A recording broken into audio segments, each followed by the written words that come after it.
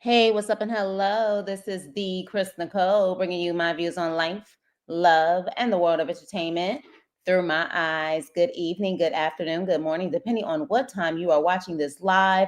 Hello, crew. Hope all is well. Make sure you hit the likety like button on the way in. Hit the like, but also hit the hype. Okay, look, I don't know if maybe I am still fatigued from the Braxton show, this last episode, but I'm a little tired of these couples right now and the pettiness in their arguments and the nonsense. I'm a little over it, and I'm going to do my review as best I can to Married at First Sight, season 19, episodes 5 through 7. I'm gonna go in order based on like their sanity at this point, in my opinion. But first things first, look, they all move in together. They leave Panama and they all move in together into apartments, okay? Which is probably a huge transition for those who actually have homes, all right? Now, one thing that we see from the beginning is that there's a big issue with animals and dogs.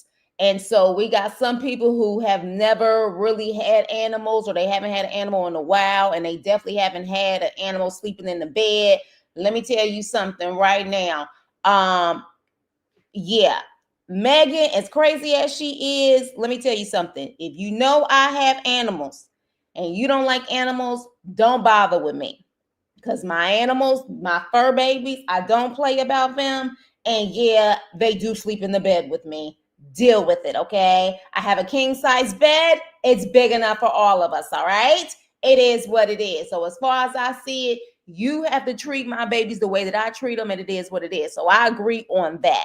Now, at the end of the day, when it's time for freaky tales, you can escort your animals right out that room and do what you got to do. It is what it is. But at the end of the day, I was feeling them on that. And Belinda also, she got a fur baby too, but her fur baby kind of big. Now that dog stretched out could probably cover the whole king size bed. But anywho, with that being said, that was a big issue for two couples. The other couples, they were perfectly fine with the animals, considered them like their BFFs immediately. So I like that. But anyways, let's get started with the normal couples, at least for right now. Belinda and Chad still love them. Love the fact that he said, I love you, this actual episode, or one of the episodes. She didn't say I love you back, though. She didn't say I love you back. But she eventually did. Now, one thing about it, Chad had my heart when he had that crawfish. Crawfish, it is what it is, honey. I love me some crawfish. So when he did a boil, I said, oh, see, you know the way to my heart. So he did a crawfish boil.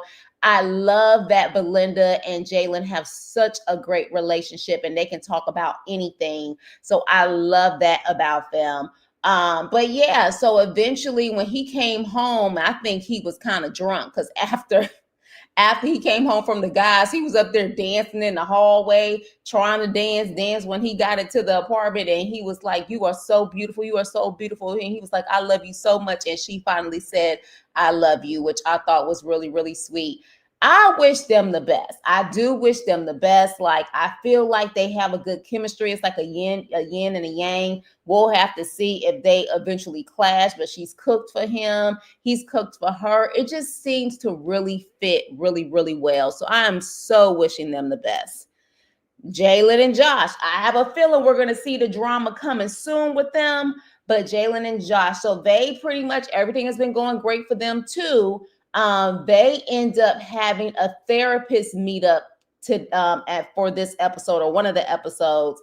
And interesting enough, Jalen did speak to her mom about being actually like a stay-at-home mom. She was like, I saw what you went through being a stay-at-home mom this whole entire time, and then bam, you get a divorce, and then you have to start over. You have to start working, and you had never worked before. And she was like, I don't want to have to go through that. She said, but at the same time, I think the reason why our relationship is so great is because you were a stay-at-home mom.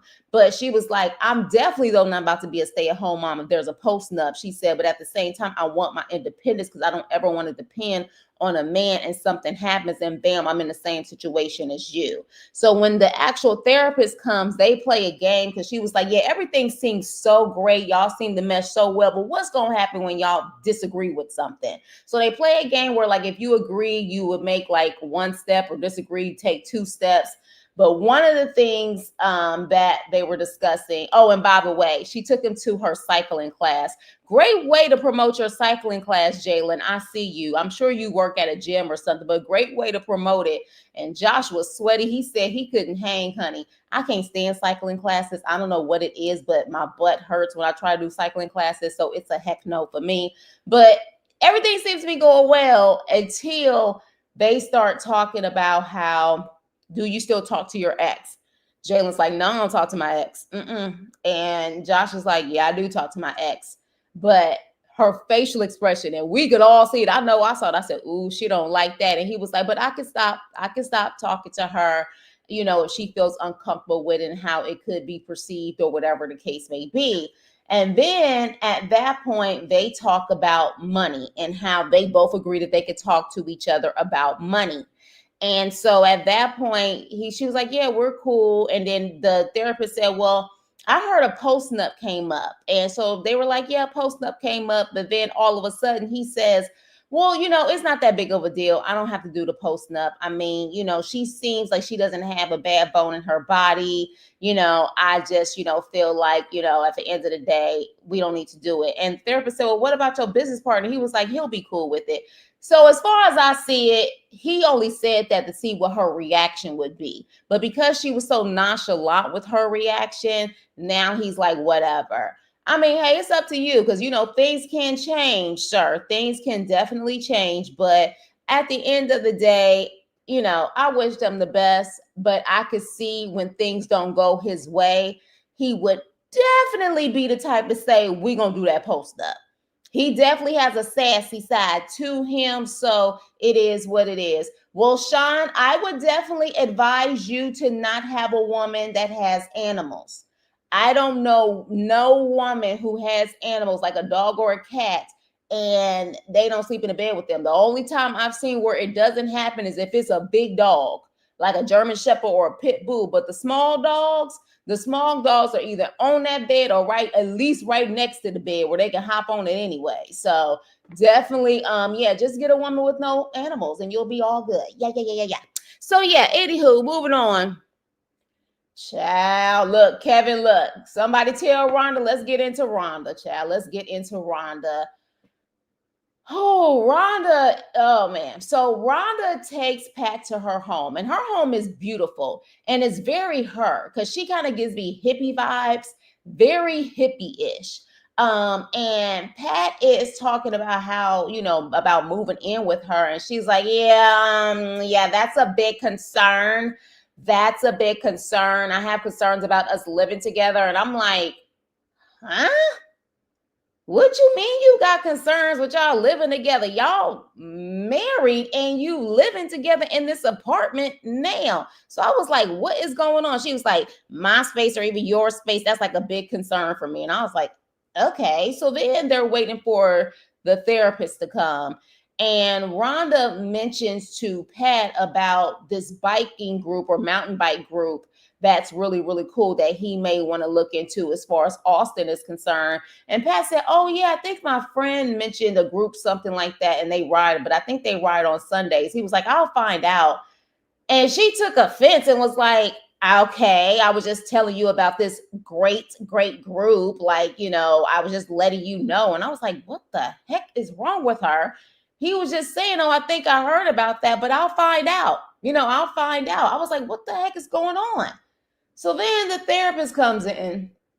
And so at that point, she sits there with him and she says, well, let's talk about what just happened on the couch and how I was telling you about this great mountain bike group. And you didn't say anything like, oh, that's great. How do you know about this? Oh, that's excellent. That's amazing. But you wanted to kind of one up me and talk about how you know about this group or you know a better group or you know this and you know that. And I said, oh, child, this is another example of how you must heal and must have therapy before you even think about getting in another relationship.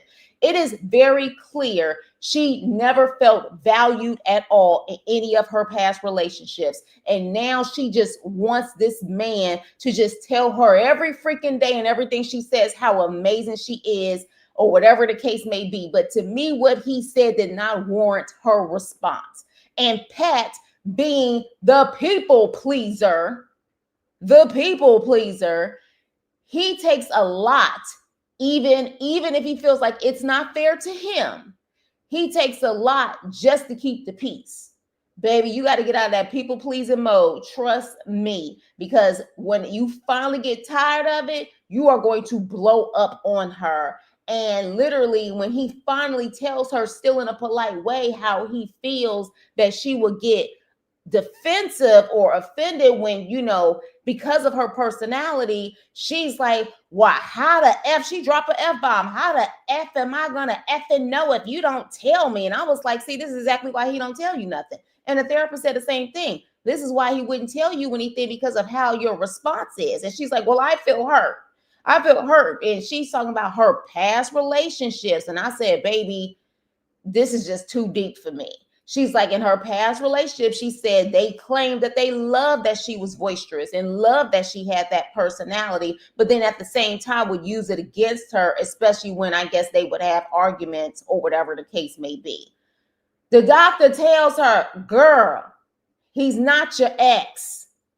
But Pat says he doesn't even feel that way. He feels like that's a great addition to her personality, because he understands she had to be that way with how she had to raise her children on her own and things like that. Now, the reality is, she said she felt like he possibly wasn't telling her the truth.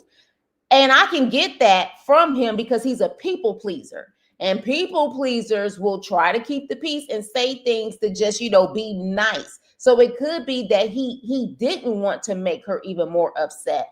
But even with him saying that, and it did seem sincere, she still said that, okay, I received what he said, but she's like, I'm not in a safe space right now.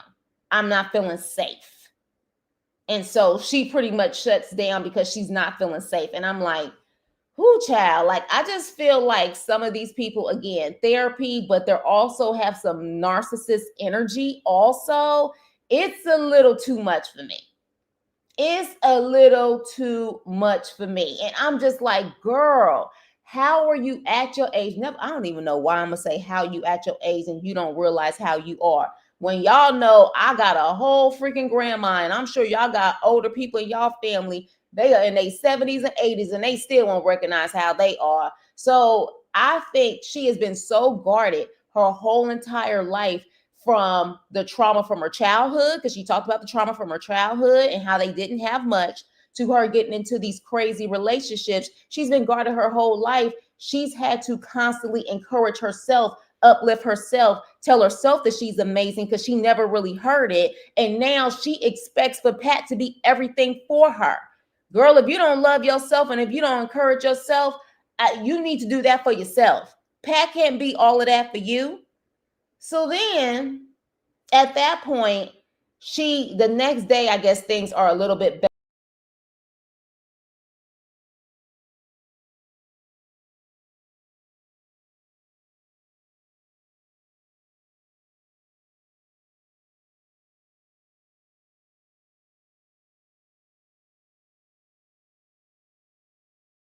Can you guys hear me? Is it just always this happens on Married at First Sight?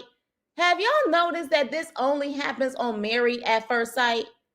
I'm getting sick of this nonsense. My apologies for this ghetto ratchetness, but I feel like this only happens on Married at First Sight. But I'm gonna need for her to really not try to make Pat be everything that she was missing in her life. It's annoying at this point. I'm over it. Make sure y'all let me know if y'all hit yes. Okay, you can hear me again. It only happens on Married at First Sight. I don't know what's going on. My apologies, but y'all let me know if y'all know another streaming platform, because I'm sick and tired of these fools. And as much as I pay them per month, absolutely not. But anywho, she finally admits that she was reluctant about them living together. And you know why? You want to guess why she was reluctant? because of her ex. Yes, her ex again. And she said when she moved into her ex's home with her kids, he pretty much was like, this is my stuff. This is not your stuff. Like, and she was trying to change the drapes and everything. And he was like, don't you effing touch nothing. If I want something changed, I'll change it. So she pretty much felt like it was just like an issue. So that's why she was reluctant. That tells me you haven't healed. So why did you get married? Why did you get married to bring that trauma into this relationship? For the life of me, I don't understand, because it seems like you're better off single. You're better off single. You feel comfortable single. But of course, Pat, typical Pat, he's very accepting. He understands it. He's like, we could just take it slow, one day at a time. It's not a big deal. Just very, very accommodating. But I think he's going to get tired of that, though. I think, yes, Kevin. I think he is going to get tired of that. People pleasers eventually blow up. They eventually blow up because they get tired of it. And at that point, like, their cup is empty. He's going to get tired of it. He is. And it's almost like she likes to do things just like Brittany, to poke the bear to see what kind of response that she's going to get from him too.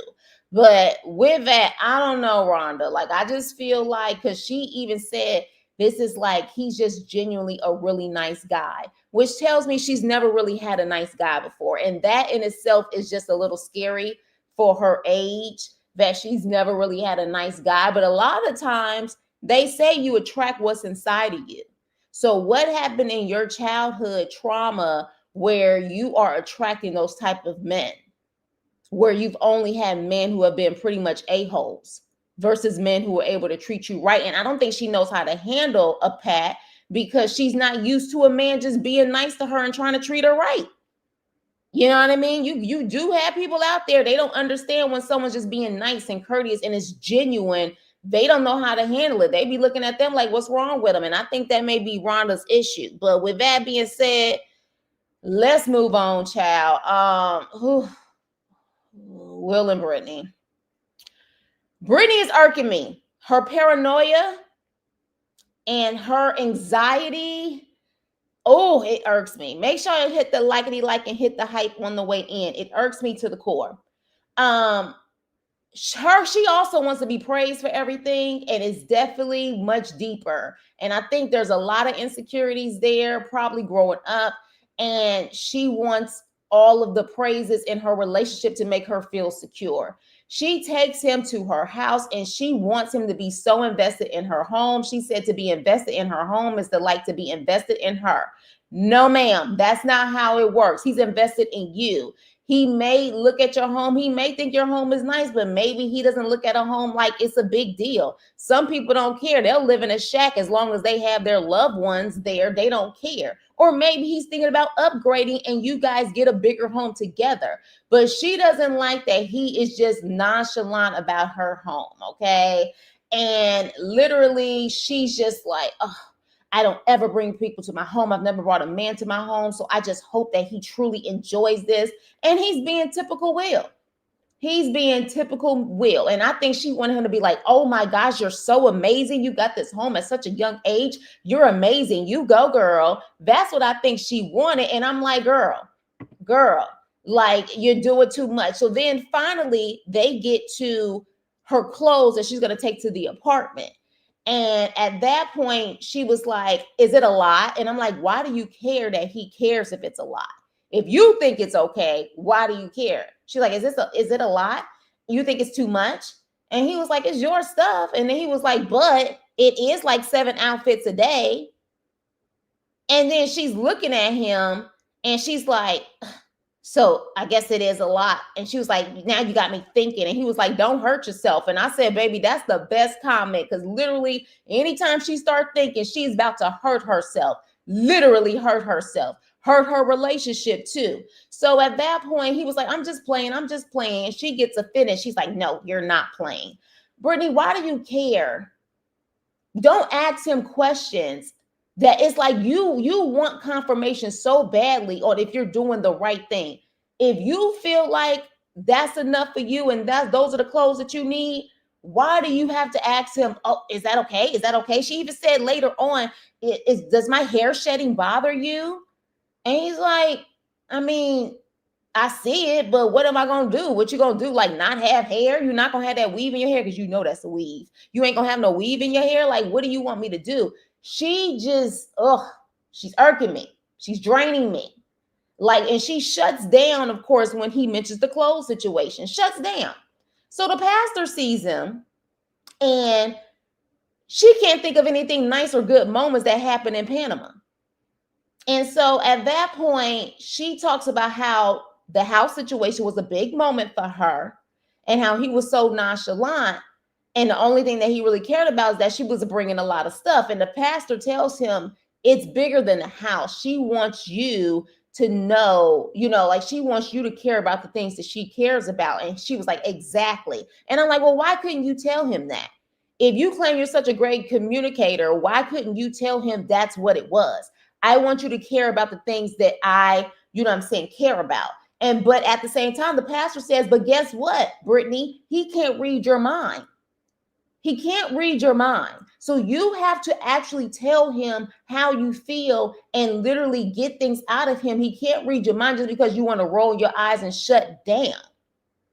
And I was like, thank you, Pastor. So at that point, he says the main thing that Brittany wants is comfort and cover. And yes, that's what all women, I think, typically want.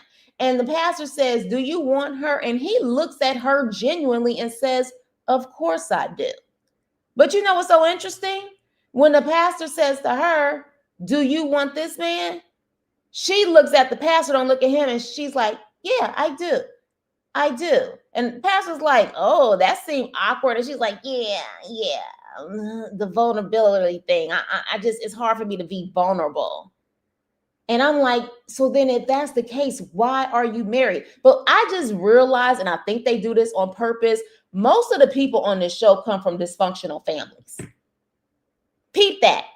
They come from dysfunctional families, okay? So literally, even if they had a two-parent household, they said there was no affection. There was nothing. It was like just two strangers living in the household, raising the kids, but not really connecting with each other. So this is why there's a lot of clashing, because they don't really know how to effectively have a healthy relationship.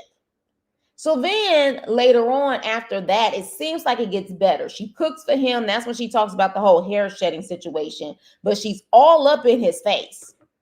All up in his face, trying to see if he likes the food. And I'm like, first of all, don't get close to me and my food. One thing about me, I don't like people breathing on my food.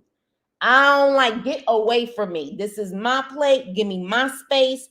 And she was all like, wait, do you like it? Do you like it? And he's like, yeah, it's good. I was just like, oh, girl, like there are so many insecurities there.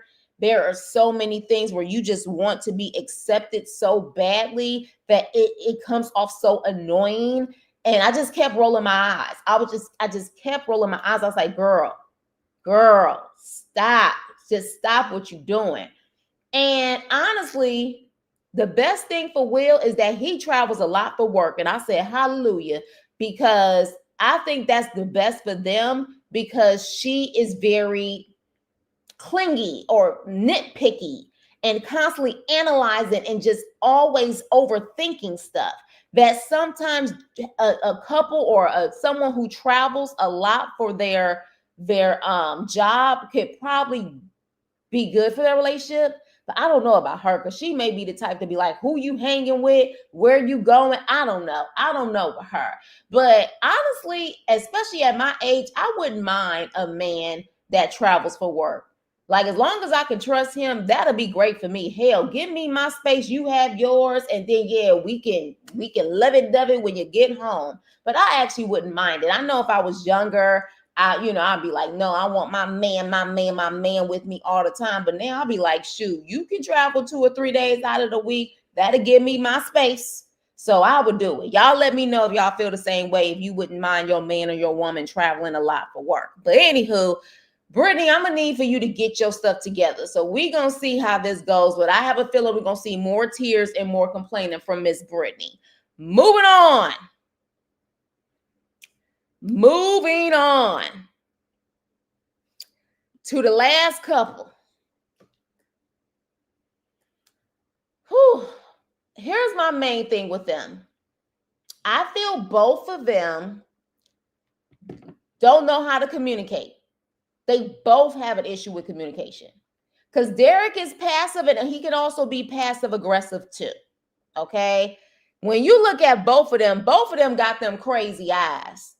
Look at their eyes. They both look like they can snap.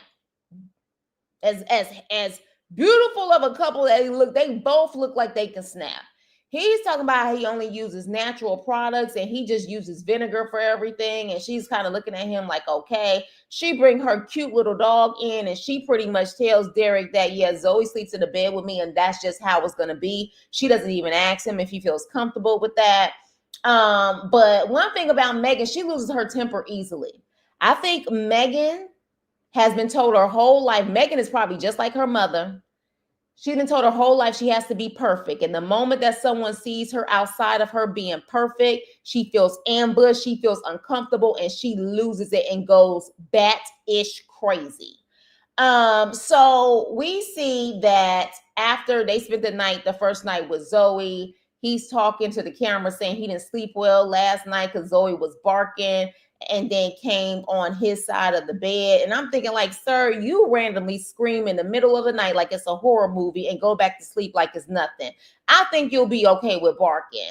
But then I'm thinking maybe the little fur baby was trying to connect with you and rubbed up against you because she's trying to connect with you, bond with you. Clearly you have an issue with that. But it's obvious to me he doesn't really like animals. And then he said they got into it because she asked him if he could take Zoe for a walk. And it was a big deal for him taking her for a walk. Because in his mind, this is your dog. This is your responsibility. Why do you expect for me to do anything when it comes to the dog? Well, sir, you guys are in a relationship at this point. So it's kind of like whatever you bring into the house, that is kind of your responsibility too. You would want that to be your responsibility, just like if someone had a kid and you're now in a relationship with them. Like, hello, especially a marriage. So at that point, they got into it and they talked about the dog situation. And he said, well, look, I'm not used to having people, you know what I'm saying, with a dog. And then at the same time, you know, I haven't had a dog in a while. And I thought that you was just going to take care of the dog. And then you asked me to walk the dog. And she said, you know what? Don't worry about it. You ain't got to worry about me asking you to walk her again. I want you to want to walk her. Not that it's going to be an issue. So you don't have to worry about it. So then he was like, well, I feel like I've been compromising. And she was like, well, I feel like I have too. Because you know she liked to play tit for tat. And so he said, well, can you name me one thing that you compromised? And she was like, well, the cleaning situation. I feel like that was a big deal. And he said, you mean to tell me it's a big deal that the cleaning products that I use versus what you would use is a compromise? And she was like, are you being a dick? I can't say the word all the way, but you know, are you being a D? And he was like, no. And then she was like, you know what? And of course, because, you know, she shut down. She's like, nope, I'm not doing this, because he was saying, well, I compromised with also the dog being in the bed. She's like, nope, I'm not doing this. Did she start dropping curse words left and right? And then she's like, I'm done with this conversation. And then she goes to the bathroom. She was like, I even compromised with you keeping the toilet seat up. That's compromise. And I said, really, Megan? It is very obvious you have not been around a lot of men. And it is very obvious that even the men that you grew up in your household with, you guys clearly did not share bathrooms. I think this girl is a rich girl who grew up very privileged, who does not understand. Like, if the toilet seat annoys you that much, and I understand how it is. But look, at a certain point, I was just getting so used to just saying, you know what? It is what it is. Let me just take care of it. Because clearly, y'all men don't listen when it comes to zipping and flipping it down. So at that point, she says, I feel like I'm being ambushed. And I said, here we go. She's being ambushed. So the pastor comes over, and Derek, he, for whatever reason, was finding his inner Star Search 80s Michael Jackson inspired jacket on. I said, what in the bedazzle hell is going on here? I feel like I'm back in the 80s. So then at that point, they sit down and they discuss what's going on in a relationship. Now, in my opinion, Megan definitely has the it's my way or the highway attitude, but low key, I think Derek has it that way too. He's just more passive with it because he is adamant about having 3 kids and that's it and that's all. So, but the dog situation came up and the pastor was like, oh, so the dog sleeps in the bed and he doesn't like it. And he was like, well, where does the dog sleep now? And she was like, in the bed. And he said, oh, so you just said that the dog gonna sleep in the bed. Well, that's a compromise. Okay. So then at that point, they sit down and they talk about the communication and how, it's an issue with how he comes across, how she comes across. And so at that point, she decides to communicate about how there's certain things that he does. And he said, well, next time, just tell me. And she was like, you see that aggressiveness, you see that attitude that he has. And the pastor was like, well, your demeanor did change. The tone of your voice didn't really change, but your demeanor did change. And then when he tried to do better, she said it wasn't good enough. And she was like, well, out of a 10, I give him a 5. And the pastor was like, hold up. He's trying. So why would you, you know what I'm saying? She had her arms crossed like, you're not good enough. Like, you got to do better than that. Just a very spoiled, entitled brat is what she's giving me. So the pastor was like, you guys really need to work on your communication. You guys really have to resolve things. But the problem is that I feel like Derek is the only one who's willing to resolve things and come to her to try to resolve it. She runs away. She gets combative. She pouts. And then he has to come to her. She doesn't go to him. And that's not how a relationship works. It just doesn't. So then he talks to his friend about how he wants kids and how he wants 3, but because she's 38, it's like a small window now as far as, possibly having 3 kids. And I'm like, that's not a small window. I'm like, especially if she froze her eggs, she could probably do twins in one and then have another baby. Like, that's not a small window. But at that point, he goes to her and talks about how he spoke to his friend about the having kids situation. And then when they all went to talk to each other, the girls was talking to each other. Oh my gosh, you guys, somebody is at my freaking door. Unbelievable. Hold on. This is, it's pissing me off. Hold on, y'all.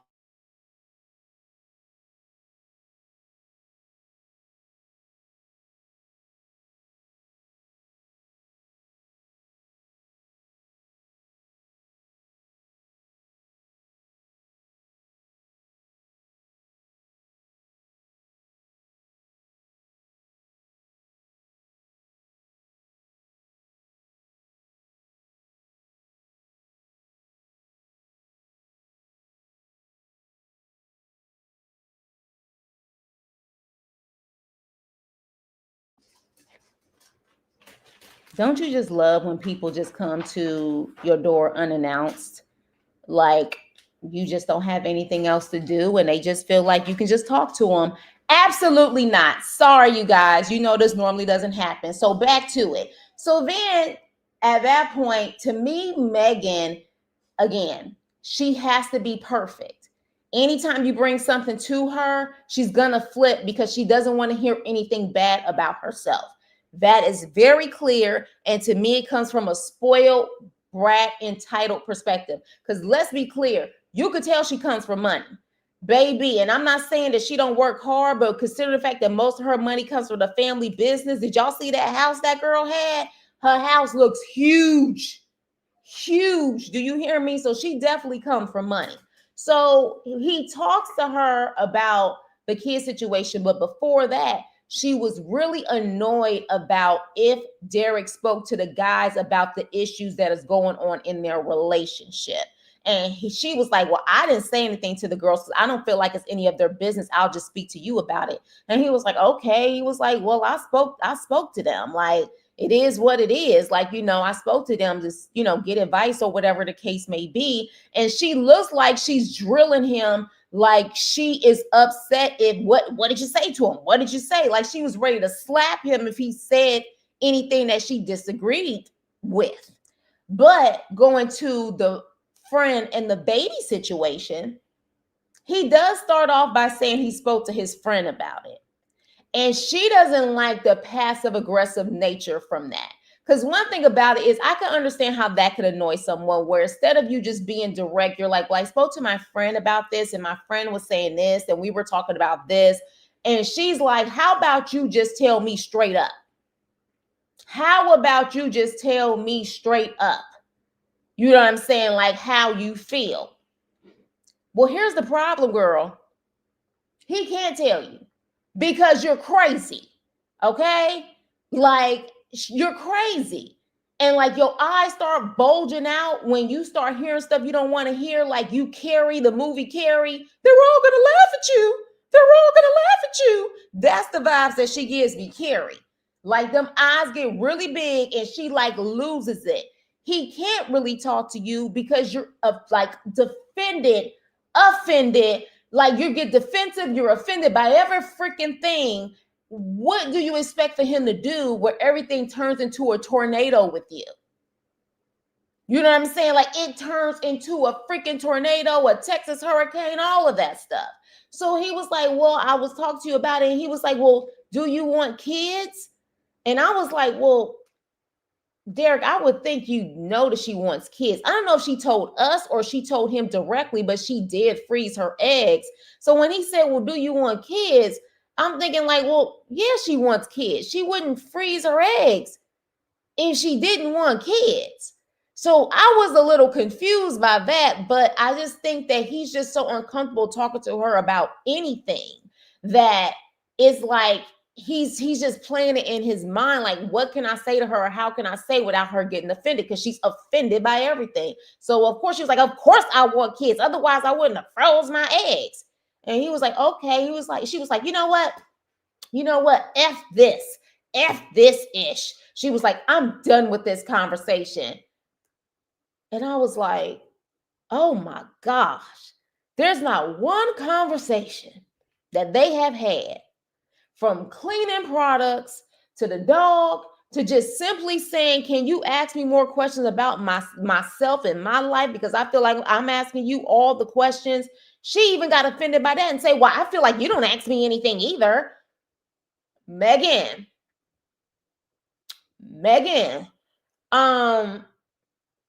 what did I told y'all in my first review, she got trauma from that mama. Look at how her mother acts. Y'all go back to the episode where her mother was on there when they got married. Look at how her mother acts. Megan is just like her mom, but at the same time, she has trauma from her mother. I don't know if her mother was the type of mother that you, every time you walk out of the house, you have to be perfect because you represent me. And if she wasn't perfect, she definitely experienced some trauma in her life. I don't know, but there's something going on there. And now I see why Megan has been single. Some of these people I definitely understand, but here's the thing. Brittany is just 29 years old, okay?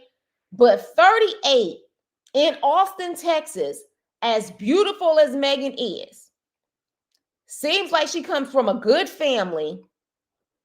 There are certain people that I'm like, how are you still single? Now, we know it's out here. It's harder for Black women in general. The statistics show, sorry, y'all, the statistics show that it's harder for Black women. It ain't really that hard for white women out there, especially white women who are pretty, who are sophisticated. Well, I don't know. Should I even call her sophisticated? Who definitely come from a good family. Hell, they can have an arranged marriage. And she said she would be good if she came from that culture. You may want to consider it. But then again, I don't even know if an arranged marriage is going to work for you in that way, because the man who typically come from arranged marriages ain't about to deal with your mouth. Because baby, she got a sailor mouth when she get upset. I'm like, every time she get upset with him, they bleeping out what she's saying because she cursing left and right. And literally at that point, she's like, F this, I'm done. And she slams the door and doesn't want to deal with him. And I'm like seriously, how do you think this is ever going to work? What kind of relationship do you have? And that's the thing. She claims she has friends.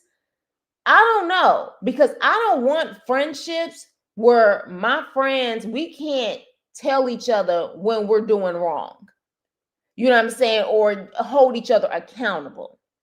I don't like those type of friendships, but you clearly have people who are like that. They just want yes people around them. And maybe that's Megan. Her whole life, she's only had yes people around her. But at the same time, Derek, you do come off passive and even passive aggressive at times because he wants things his way too. Because even when the pastor said, well, what if she doesn't want 3 kids? And he said, well, I can make her kind of change her mind or I convince her otherwise. No, you can't. You would have to compromise too. How do you know she's going to be able to have 3 kids? So again, he likes it his way too. He just seems like he's trying more than Megan. He's trying to find a middle ground with Megan. Megan just shuts down and pouts and runs off because she doesn't want to deal with it. And how are you going to deal with a marriage? I wish her father and her mother were on this show. Something tells me that's the way her mother is in that relationship. All she got to do is pout, scream, fuss, cuss, and that father's going to meet her every need. Because that mother, the way that she came off, I was like, that momzilla, she gives me those vibes for sure. So yeah, so that is my review. I am so sorry for the issues with the freaking connection and then someone knocking on my door. I apologize for that, but that is my review, you guys. Again, I don't know if I'm just drained from all of the fussing and cussing from the Braxton show, but I was just looking at these episodes like, you have got to be kidding me that all of these people at their big age are really acting like this. Like Belinda and Chad, they definitely give me hope. Even Jalen and Josh, I still have hope for them, even though that they're younger. But at a certain point, it's like you just want peace. Y'all haven't known each other that you should be in the honeymoon stage at this point, really just trying to get to know each other. And I'm like, good grief. They said on this episode or one of the episodes that it was 17 days that they were in the marriage. So it's only been 2 weeks and some of y'all got this much drama going on. This is ridiculous. Zoe, just stay married to your dog. I mean, that seems to be your situation that, you know, a dog or a cat, they're all about unconditional love. They're not going to judge you. They're not going to talk back to you. They're not going to do any of that. So maybe that's what you need, honey, because at this point, therapy is really something that you also need. And I think a lot of hers comes from her mother. Her mother, especially when her mother was like, what do you talk about? I'm always nice. I should just slap you for saying that alone. Remember when her mother said that? Megan's her mother.